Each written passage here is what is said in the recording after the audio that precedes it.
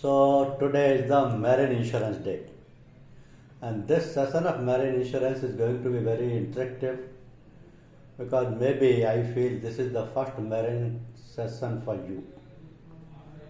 So since this is absolutely a new one to you, you can understand a lot many things which are different to the other classes of insurance. See what the marine insurance is I am sharing with you.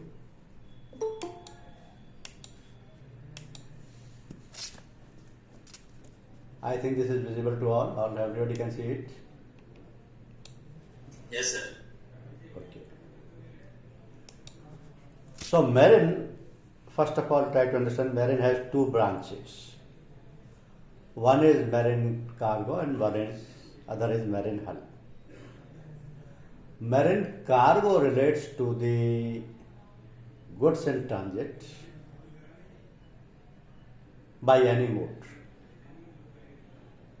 and marine hull relates to the waterways machineries like ship, steamer, boat, etc. Since they are also subject to insurance, say steamer, boat, etc., and they are not insured under the motor insurance category, so there is a separate category of insurance for them, that is marine hull insurance. Today we are going to discuss marine cargo insurance only. So when we are talking about the marine cargo insurance, there are lot many things which you need to know because this has got distinguished features. What are the considerations, what are the target segment, what is voyage, type of policies, coverage, exclusion, additional coverage, duration clause, terms of sales, marine document, type of losses, cause of losses, claim documents. These are all different to other classes of insurance. So we'll go into detail to explain it. First of all, you have to understand what is marine cargo insurance. So when we talk of marine cargo insurance, that means insurance of goods in transit by any mode of convenience. Any mode of convenience means by waterways, by airways, by land route, by post, by couriers, and by rail route. Because anybody can send anything through any mode of convenience. This is as per the choice and as per the affordability of the charges. And sometimes that facility is not there. Because if you want to send the waterways, if you have opted to send the goods through waterways and the port facility is not there in your surroundings, that is not a viable option.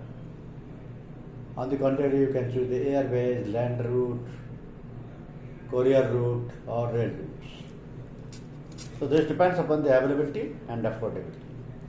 Both are the important criteria to decide what mode of conveyance to be selected for sending goods from one place to another place.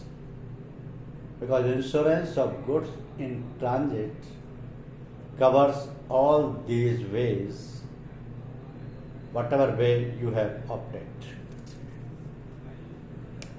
Now, what makes this marine class different to the other classes of insurance? So first of all, in other contracts do you normally find two parties, like in motor insurance, I am the owner of the car, I am getting the insurance policy, so insured and insurer, only two parties are there. If I am taking a personal accident policy for myself, insured and insurer. If I am taking a fire policy, insured and insurer. But in marine insurance, three parties are there. Insured, insurer, and the carrier. Carrier could be anyone, that depends upon the mode of conveyance you have selected for the transit. Secondly, all marine policies are freely assignable policies. These marine cargo policies are freely assignable. Why? Because this subject, यानी कि goods or the interest, keeps on changing even the transit period. If I have sent 100 tins of ghee from Jaipur to Mumbai through train route, any buyer came to me from Ahmedabad, he want to buy all the hundreds, I can sell all the 100 tins to him, even while the goods in transit. This sale or purchase transaction can take place at any point of time. And when the sale or purchase are taking place, that means the interest or the right in goods is changing. So this policy is freely assignable because interest or the rights in goods keeps on changing at any point of time. Next, insurable interest is required at the time of loss. At the time of insurance, insurable interest is there or not in the goods, it is immaterial. But at the time of loss, who is the owner? Only he is entitled to get the claim. Say suppose I have sent 100 tins from Jaipur to Mumbai. On the way at Ahmedabad only, the goods was sold. So the earlier policy was taken by the Mumbai buyer.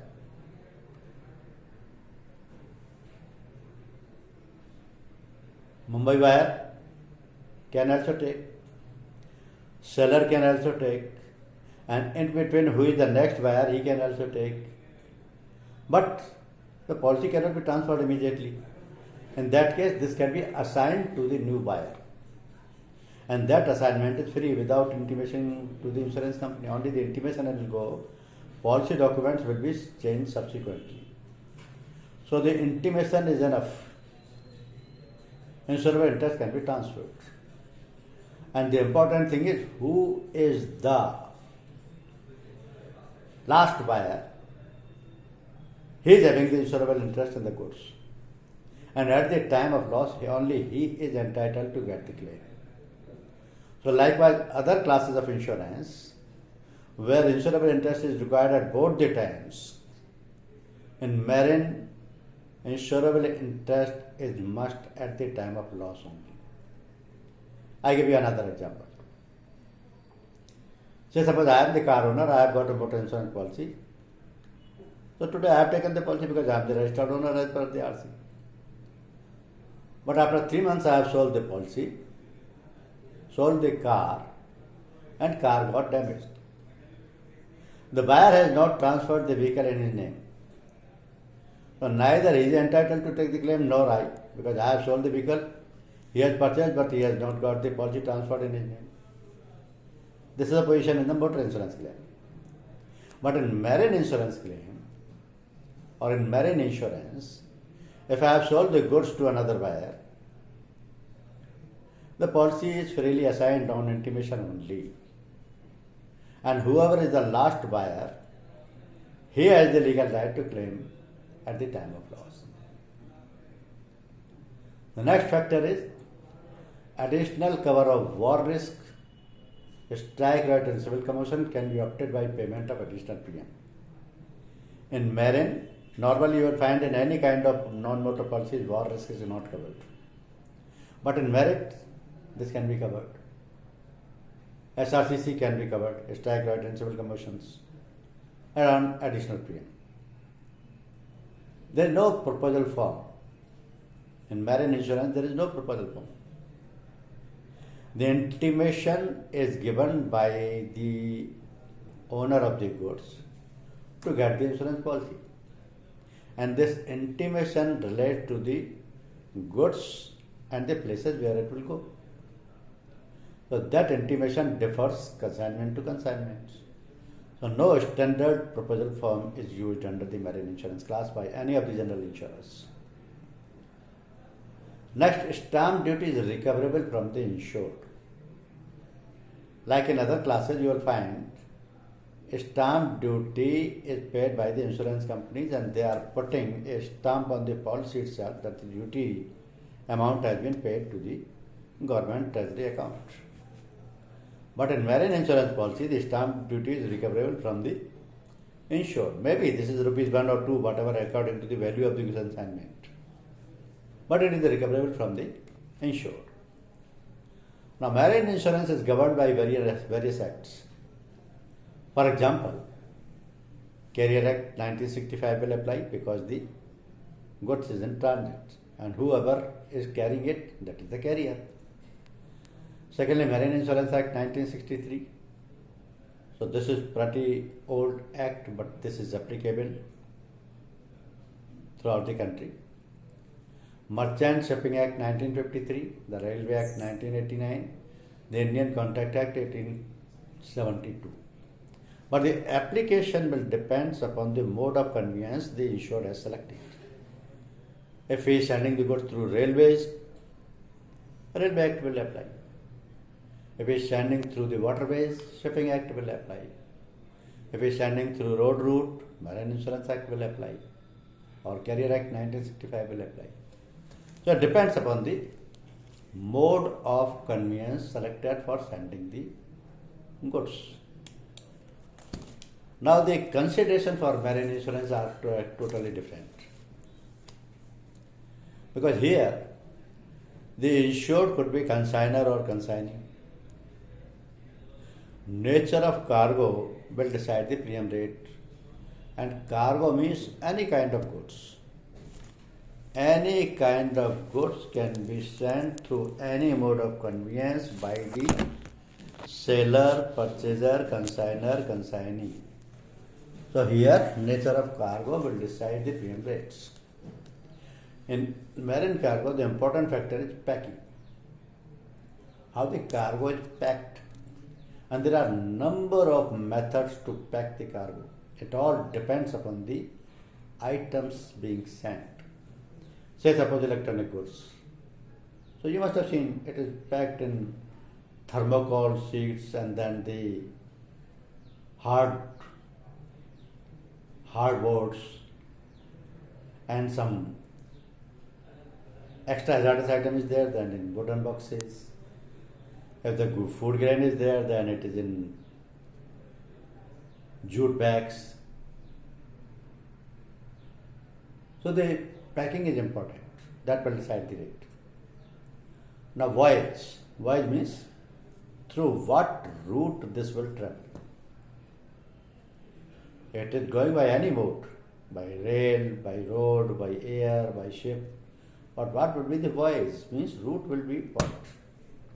Because marine insurance is international in nature. If I am sending a goods to London, so this will go by air cargo or maybe by the ship. So if when the goods is going in the route, if there is any enemy country, then the proposal may be declined by the underwriter. Because the route became dangerous. There could be any kind of incident. So the voyage has to be declared by the proposal itself. Annual turnover. There are annual policies where the premium is chargeable on the basis of annual turnover. Sending limit, per sending limit. Because this declaration system is there in the marine policy where the frequent consignment goes. Say suppose a cement factory is there or a textile mill is there. They are sending their consignment throughout the country. So they are sending it through their own vehicles. Still they want the marine insurance. Or if they are sending it through the rail or by any other methods, what would be their per sending limit in one time? How much goods can be sent? Season or duration. Certain items are seasonal and the policy is not required for the complete 1 year. They prefer to take the coverage for season only or for certain duration. That coverage can also be granted at a higher rate because the risk becomes higher during those days. Coverage. Here there is no fixed coverage in the policy. The coverage is decided by the clauses opted by the buyer. And these clauses are different for the inland transit and different for the international transit. So coverage will depend upon the selection of the clauses. Previous term of sale, if at all there was any previous policy, on what terms it was given, what was the restrictions imposed, what were the warranties imposed, and what coverage was declined. So that we will give a first-hand underwriting information to the underwriter. Then claim experience in the previous year. If the claim experience of the customer was bad, some higher rate can be imposed, some compulsory access can be imposed, or underwriter may take any decision even up to the extent of declining the proposal. Other terms and conditions like access, franchise, warranties, these are different in the marine insurance language. So these are a few things which makes the marine insurance different to the other classes. Now, who are your target segment to whom you can give the marine cargo insurance policy? Normally, importers and exporters, and they take international coverage because import means buying the goods from any other country. Export means selling the goods to any other country. So when the transaction has to be beyond the territories of India, the coverage should also be international in nature. Manufacturers can take, then the custom house agent, shipping house agent, cost and freight agents can take the policy. And then traders, contractors projects can also take. Contractors project means when they are buying the goods from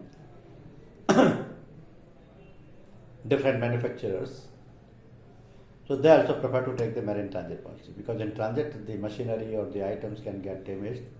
So contractors also take the marine risk coverage.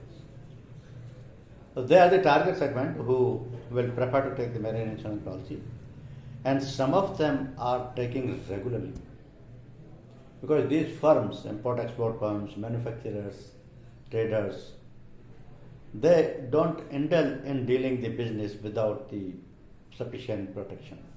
So they prefer to take the insurance coverage before transactions and before sending the consignments. Now, nature of transportation against cargo or type means what kind of cargo could be there.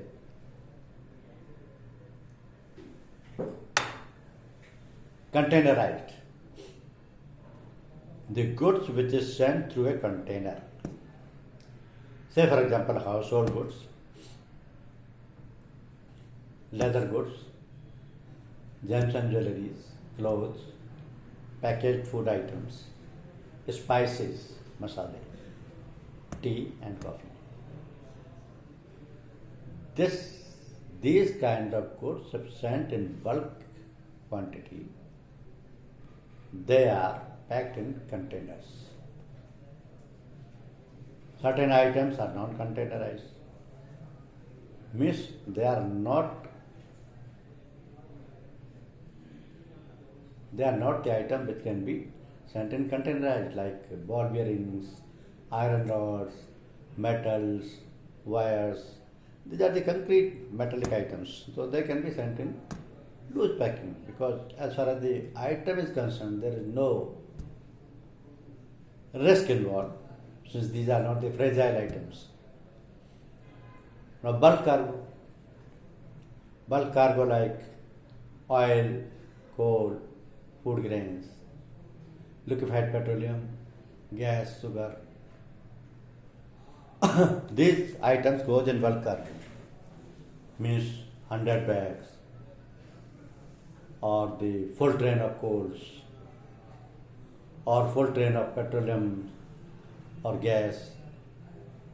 So that kind of train may be a tanker train. when this kind of bulk cargo goes. So the manufacturers normally opt this kind of mode of conveyance. Then product cargo or heavy machines, cranes, excavators, they can also go in bulk cargo. Now product cargo means machinery, turbines to be installed in manufacturing concern, transformers. So these items relate to the projects where the erection proceedings are taking place, and these are normally erected at the project sites. Transformers, machineries or turbines, they are installed or erected. Now under deck versus over deck means when the cargo is shipped under deck, it is usually a safe risk against storm, tempest, floods, washing overboard, rainwater damage as compared to the cargo shipping over deck. Try to understand what is under deck and over deck. When a ship is carrying the goods, whatever good is stored inside the ship, that is called under deck. This is protected from the outer risk like storm, tempest, flood, washing overboard. But certain items are kept on overdeck, which are metallic items normally, heavy items, even certain machineries which they have no danger from the water or the storms. So goods are carried by both ways, under deck as well as over deck. Now full truckload versus half truckload. This is concerned with the road route, when the cargo is going through the road route. Full truckload versus half truckload. Now the common sense says the risk is lesser in the full truckload. Why? If the consignment is sent full truck,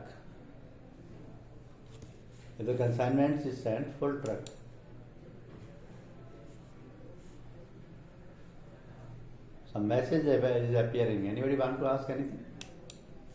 No, sir, I have asked for mail IDs only. Okay. So, if the consignment is sent full truckload, it is safe because there are no other type of consignments. So, the chances of collision or hitting to one another item is not there. While in case where the consignment is for less than full truck, the chances of loss increases. For example, household goods like TV, utensils, electronic items. If they are sent with other goods like iron rods of other customers, the chances of loss to TV sets increases. So the possibility is when the consignment is going through road route, it should go in a full truck load. That will reduce the possibility of increasing the losses. So these are the nature of transportation against the cargo type. I show you an image. By this image you can find out. These are the tank bars. Tank bar means if the liquid petroleum, diesel or even gas is carried from one country to another country or from one place to another place where the port facility is there. So the tank bars are also there. Otherwise, this second step is showing the goods can be over deck or under deck. Here the entire goods is stored in under deck position. Now cautious cargo. Cautious cargo means where the more attention is required. Say for example, second-hand machineries, more prone to losses. Fragile cargo. Fragile cargo means items made of glasses or any breakable item. Suppose handicraft items or plaster of Paris are made, they are also present. Bulk cargo, there also the caution is required. Household goods, in 98% cases you will find that whatever household goods were sent by any mode of conveyance, at least few items, one item, two items or few items are got damaged by the time it reaches to the destination. So extra caution is required. Hazardous or inflammable cargo means chemicals, petroleums, liquids, gases. They are highly inflammable cargo, highly hazardous also. And precious cargo. Precious means lesser in quantity, higher in value. Say for example, jewelry, handicraft items, paintings, antiques. So they are lesser in quantity or weight but higher in value. So these are the items where the extra precaution is required. Now this is another image where the goods is sent through the cargo planes. Cargo planes are specially designed to carry the goods, and they are the safest mode to send goods nationally or even internationally. So this is also a frequently used method for long distance. Now voyage or the transit route, why it is important?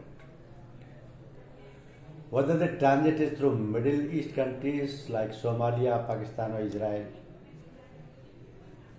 Now you may have understood what is the reason of asking the voice. Because these are the countries, Somalia, Pakistan, Israel, which are our enemy countries. So the transporter or the carrier may not take the guarantee of safety of the goods. Because he himself is not aware, anytime there could be an attack by the enemy country underwater. Secondly, whether the cargo is shipped under clean bill of lading. Bill of lading may have different kinds. So, clean bill of lading means unconditional. If the project cargo or heavy machines are loaded and unloaded under supervision or not. With the project cargo, if the machineries are going, somebody is there to take care of them, some person is to supervise them, or in the absence of supervisor, this is being forwarded. Both the things makes very important difference. If the supervisor is there, so any kind of electrical or breakdown or mechanical breakdown can be improvised during the transit. So whether there is a route map laid down for the shipment of cargo or not. Route map means the entire transit route has to be laid down. Whether ship or plane or lorry is worthy for the said transit or not. Like for the trucks, a fitness certificate is issued that confirms the roadworthiness of that truck. Similarly, the roadworthiness of ship and plane is also certified by the concerned authorities. So when they issue the certificate, then only they can carry the goods. Vessel, lorry, plane is. Vessel means the ship which is carrying the goods. So this depends upon their age, manufacturing age. Maybe the age of ship, if it is going by road, then the age, date of manufacturing of the truck, or if it is going by plane, then how old is the plane? That could be identified from its registration. Now carrying capacity. The mode of conveyance which is carrying the goods is not overloaded. Because normally you will find on the road route overloading can be seen anywhere across the country. Anywhere. If the vehicle capacity is 10 ton, it must be carrying 12 tons of the load or more than that even. But this is possible in road route normally. In ships and planes, it is difficult. If they are overloaded, the life is at risk. Next, the country of registration, where from that ship or the plane is registered. If it is a truck, road route, that means it is registered from the India only. But the plane could be registered from any other country. So the registration of those countries is also to be checked at the time of claim. Now, various kind of policies are there in the marine section, like marine specific policy. These are used for the inland transit as well as import and export. There is a single policy, single voyage policy or single transit policy. Say suppose, I am not the manufacturer, I am not the importer, I am not the exporter, but I am sending my goods from one place to another place. So the moment the goods reach to another place, my risk is over. Policy ends. So this kind of policies are called single voyage or single transit policies. Starting once the consignment is loaded on the vessel at consignor's warehouse. Once the consignment is loaded on the vessel or at the consignor's warehouse, the policy will end. So this is a specific marine policy. If it is for the national transit, it is called inland. If it is for the international transit, this is called import and export. Duration clause is also mentioned there. Even if it is reaches and within how many days the delivery has to be taken.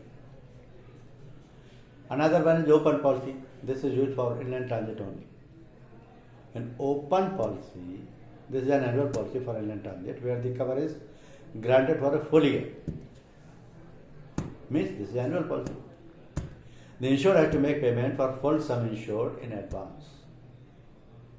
And declaration facility is there for each and every consignment at an agreed date for the cargo in transit from or to his warehouse and vice versa.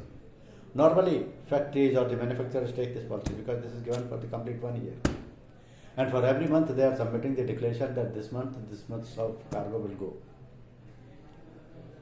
So the premium reduces after each and every declaration because the value is reducing. So this is open policy which is normally preferred by the manufacturers. Now this is general cargo ship. General cargo ship means any kind of goods can be sent, but not in liquid form, not the extra hazardous, because the tankers are not there on these ships. So whatever item will go through a tanker, that cannot be sent through the general cargo ships. Open cover, another policy. Earlier we discussed open policy, that was for the inland transit only. Here this is open cover. This cover is for import and export. This is again an annual policy for import and export where the cover is granted for a full year. Insured has to make full payment in advance. Declaration facility is also here. Premium reduces every time when the declaration goes. And sum insured can be reinstated at the mid of the policy. So the only difference between an open policy and open cover is open policy is meant for the inland transit, open cover is meant for the import and export. Another policy is duty insurance. This is again for the import policies. This cover provides for import only. Because the duty is import when you are importing some item. So the consignee can cover the actual import duty paid to the release the goods. Once you are importing something and the goods is released to you, you have to pay the custom duty and then only the goods will be released to you. So if there is a loss to the consignment during the transit from port of discharge to the consignee's warehouse or the destination covered in the policy, the duty lost is also paid along with the loss of cargo. So this covers duty on the import items. Open hatch cargo ships. These ships are used for the bulk cargoes like sugar is exported, onion is exported, food grain is exported, edible items, spices, pulses. So open hatch cargo are normally used. Now clauses. These clauses are the actual coverage of the marine policy, and these clauses are opted by the person who is taking the policy. These clauses decide what is the cover of the policy. But this is optional. Any kind of cover can be taken out of the available three. These are three clauses which are known as the Institute Cargo Clauses. And these are international in nature. In every country, the same format is used. If I am sending some goods from India to UK, and my UK partner is also sending some goods from there, Buckingham to Jaipur, so he will also use the same kind of clauses. Coverage can be selected out of the available three. And the smallest coverage is given in the clause C. This clause C covers only 7 risks. 1. Loss of damage to the subject matter by fire or explosion. Vessel or craft being stranded, grounded or sunk or capsized. This is a new terminology because this is related to the marine insurance. And when the consignment is going through the barter route, this is possible that the ship can sink, ship can be capsized, ship can be grounded. So this coverages are available there. Overturning or derailment of land conveyance, collision of contract vessels, discharge of cargo at a port of distress, general average sacrifice, jettisoned. Only these 7 risks are covered under the clause C. This is also known as ICC clause C. Then a little wider coverage is given in the clause B. In that clause B, 4 additional risks are covered. What are these? General average and salvage charges, both to blame clause, washing overboard, earthquake and volcanic eruptions, all active. An entry of sea like lake or river water into vessel. So this clause B is a little wider. And then clause A is the biggest one, where the total loss of any package lost overboard or dropped is also covered. Any other risk is also covered. So these 3 clauses are available for the international cargo when the cargo is exported or imported. So the coverage can be decided by the proposer, who could be a consigner or a consignee, a buyer or a seller, because this policy is again freely assignable policy. Here the risk coverage is according to the nature of cargo and mode of conveyance by which it is going. All these 3 clauses are available for every buyer. So this is applicable only in the overseas transactions. Now, in case of overseas transit, normally these risks are not covered under any of the 3 clauses. And these are willful misconduct, ordinary losses, insufficient, unsuitable or defective packing, inherent vice, approximately cause of by delay, insolvency or financial default, and nuclear or radioactivity. These are excluded from all the three clauses. These are the general exclusions of the policy which have no even additional coverage for that. These are another form of ships like vehicle carrier, oil tanker. These I am showing because you may know that how the goods is exported or imported through waterways and what type of ships are used to carry the goods. Now when the coverage is obtained as per the Institute cargo clauses, so it is the duty of the insured to minimize the losses. If at all there is any loss, it is the duty of the insured or his servant or his agent or his representatives to take such measures as may be reasonable for the purpose of averting or minimizing such loss. This is because every man of ordinary prudence will exercise the reasonable care to prevent the losses. And this is to ensure that all right against carriers, bailies or other third parties are properly preserved and exercised. Why? Because even if the insurance company is paying the claim, insurance company will get the subrogation letter and will try to recover that loss from the carrier. So in that case, their rights should be preserved. So this is to minimize the losses. But there are other modes of sending the goods.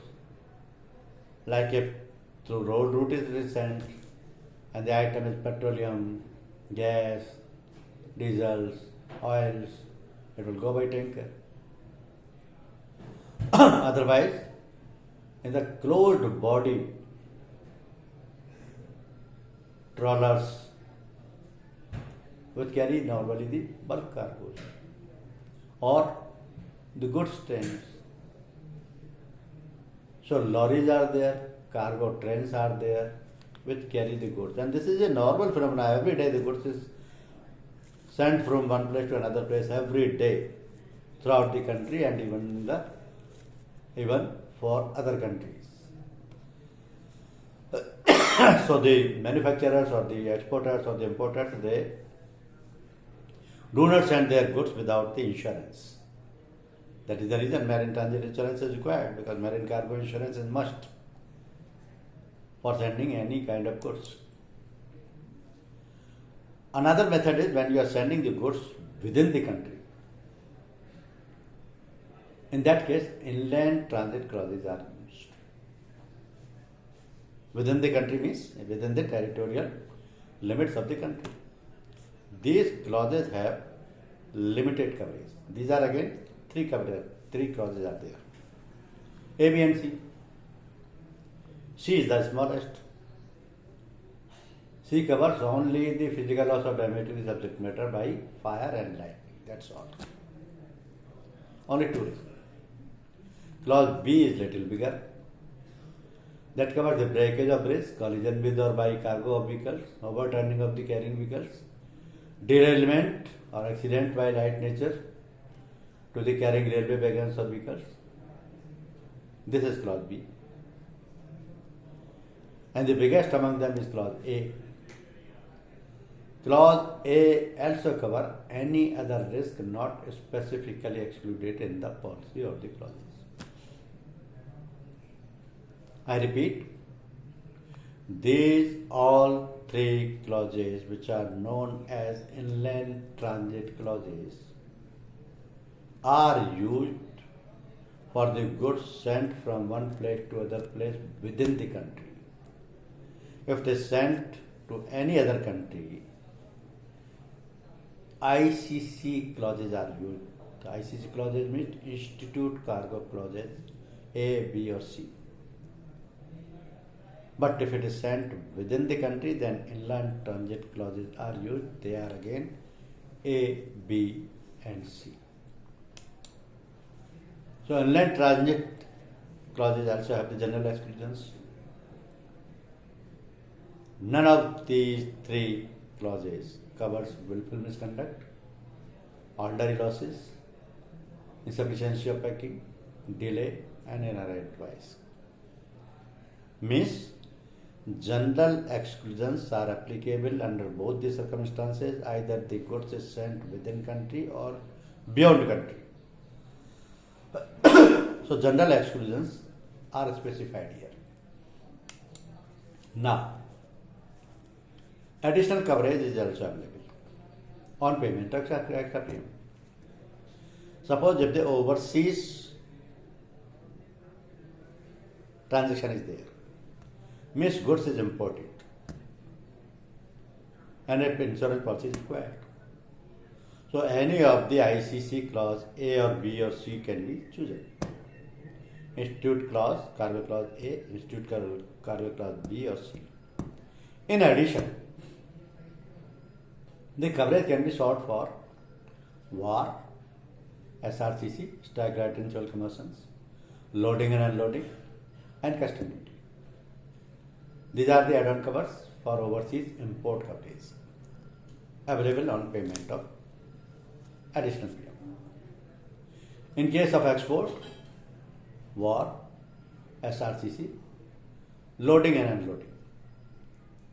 Here the custom duty is not applicable because custom duty will apply there in that country. Now if the transit is inland transit, that means within the country, then the add-on covers available are struck right and civil commotion and loading and unloading. So these are the additional covers for marine transits relating to the cargo. These are the LPG carriers specifically designed to carry the LPG alone exclusively. Now duration clause. So when the cargo is in transit, policy is given. When the risk will expire, that is defined here. Cover commences from the supplier's warehouse. Then it goes to the port of loading. Then it goes to the port of discharge. And then terminates at the delivery at the site or delivery at any warehouse or expiry of 60 days, 30 days, 7 days after discharge. Means in one transit, the road route can be used, air route can be used, waterways route can be used, and still the cover will not terminate. Cover will terminate only when the goods is delivered at the site or delivery at any warehouse is given, or still the delivery is given at the expiry of 60 days, 30 days and 7 days after discharge. This 60, 30 and 7 are in different cases, like in road route cases, air route cases or in waterways cases. So 3 different time limits are given. This is the duration clause.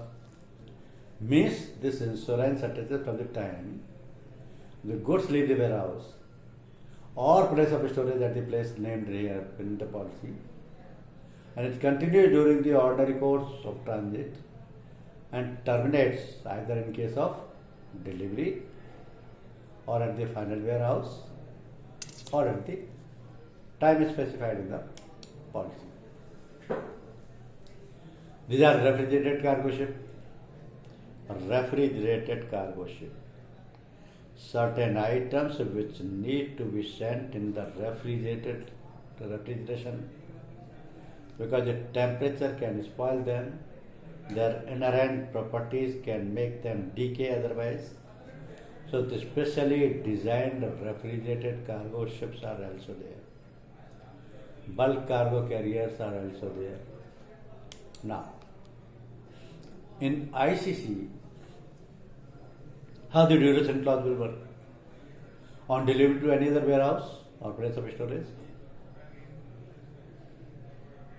For storage other than the ordinary course of transit or for allocation of distribution, and on 16 days.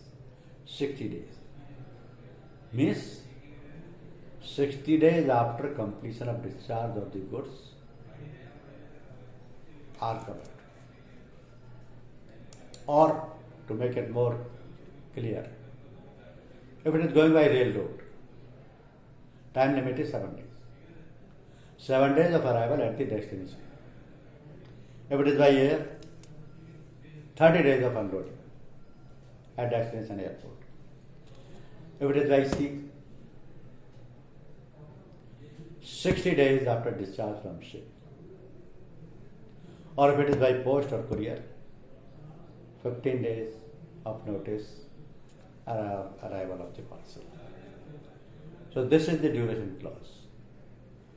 And this duration clause is required by all the senders, and at the time of proposal this is declared to all of them. Now, sales contract could differ in the marine insurance because sales contract could be of various types. It depends upon how the sale is taking place. The sale, either the purchaser or the seller of the commodity purchasing the insurance can take it. The term of sales could be like C&I, means cost and freight. Here the buyer is responsible for covering the risk from seller's warehouse to his own warehouse. Means buyer will take the policy if the sale contract is on the C&I basis.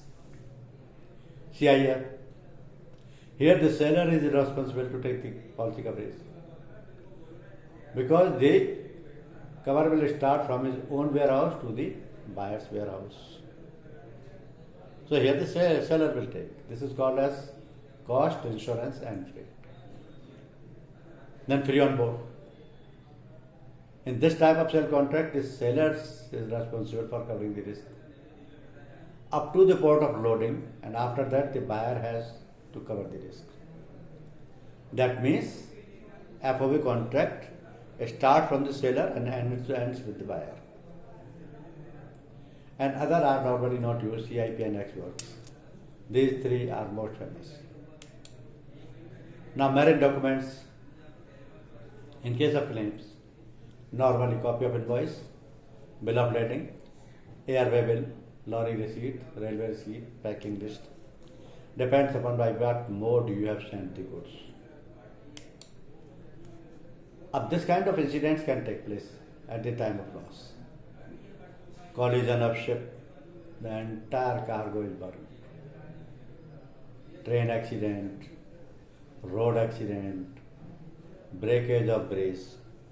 Means by any mode of transit you are sending the cargo, possibility of loss or damage during the transit is always there. Maybe it is going through the road route, by train route, by air route or by sea route.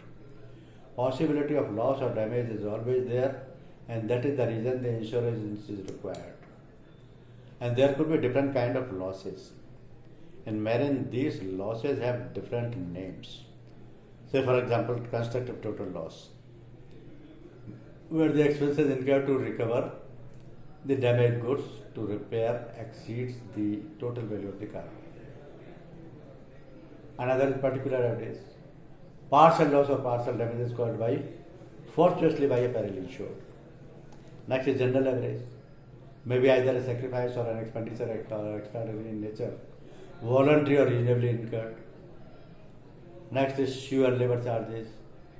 All expenses incurred for taking all practical steps to avoid or minimize loss. And then forwarding charges. These are all kind of losses which can be claimed by the policy holder. And they are all policy. Maybe a constructive loss is there, total loss is there, particular average is there, general average is there, only the loss of fuel and labor charges is there, and only the loss of forwarding charges are there. They are all paid. And cause of loss could be any of them. But it depends what clause you have chosen for yourself. Because loss covered under that clause is payable only, not all the losses. Normally claim documents includes bill of lading, bill of entry, counter guarantee, subrogation letter, special power of attorney, shortage certificate, survey report, claim form or claim. In marine insurance, you will find that the recovery is possible from the carrier. So the insurance companies are taking subrogation letter from the insured, and only on that basis they are recovering the losses within the stipulated time. For that, a time limit is there, and within that time they can file the case. So this is all about the marine. Case studies, if you want to see, this is a loss at Bhavnagar, leakage of breakage, practical loss was there. Here in this case, bridge collapse, and this loss was paid. Very heavy loss was there. Type of cargo was 150 crores was the cost. Weight was 200 tons. Mode of transit was 138 wheeler truck. Voyage was Mundra Port to Bhavnagar. 10 crore loss was there. So this is marine insurance. A bare idea you have got. Now if you have any questions, you can ask.